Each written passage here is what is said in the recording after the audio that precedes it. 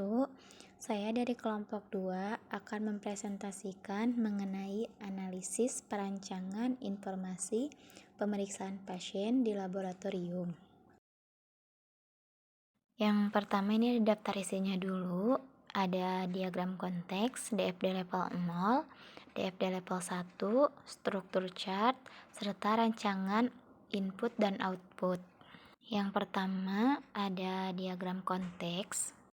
Di dalam diagram konteks terdapat proses yakni sistem informasi pemeriksaan laboratorium. Kemudian ada admin. Di admin terdapat informasi hasil pemeriksaan, informasi dokter, informasi pasien, serta informasi pembayaran. Kemudian ada pasien yang dimana isinya ada data pasien, hasil pemeriksaan, serta faktur. Ada dokter yang terdapat data pasien serta informasi pemeriksaan. Dan yang terakhir ada analis, yakni terdapat informasi pendaftaran, informasi dokter, informasi pasien, kemudian data pendaftaran, data jenis sampel, serta data pemeriksaan. Kemudian yang kedua ada DFD level 0. Di DFD level 0 terdapat 3 proses. Yang pertama ada input data yang terdiri antara entitas pasien dan admin. Kemudian ada pemeriksaan dokter yang terdiri dari dokter, data dokter, serta informasi pemeriksaan. Kemudian ada pengambilan sampel, terdapat analis, serta informasi pendaftaran pasien, kemudian dokter, serta jenis pemeriksaan. DFD level 1.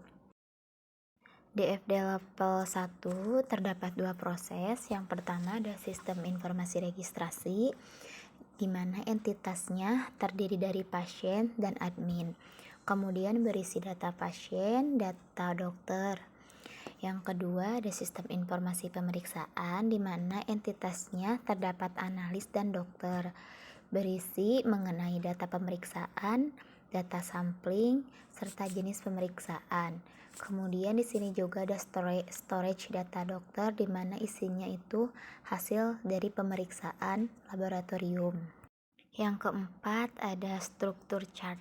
Struktur chart terdiri dari input data yang berisi data pasien, serta formulir pendaftaran dan surat pengantar. Kemudian yang kedua ada jenis pemeriksaan yang berisi form jenis pemeriksaan. Kemudian yang ketiga ada pengambilan sampel, di mana terdapat data pasien dan tindakan pengambilan sampel.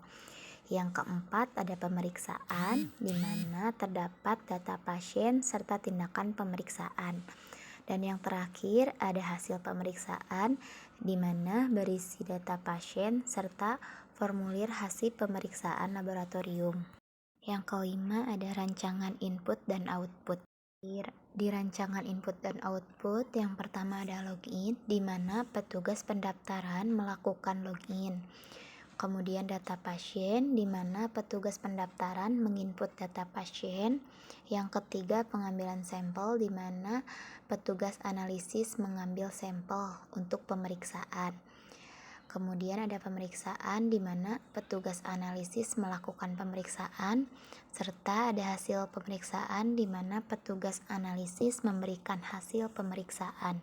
Kemudian di sini ada tampilan dari interface-nya. Yang pertama ada form awal. Kemudian di sini ada interface dari input registrasi pemeriksaan, di mana di dalam formulir terdapat nomor rekam medis, nama pasien, NIK, tanggal lahir, jenis kelamin, alamat, agama, jenis pemeriksaan, cara pembayaran, serta tanggal pemeriksaan. Kemudian yang terakhir ini ada interface dari output hasil pemeriksaan laboratorium, di mana di sini ada contohnya hasil pemeriksaan hematologi seperti yang contoh di atas. Sekian dari kelompok kami, kurang lebihnya mohon maaf. Wassalamualaikum warahmatullahi wabarakatuh.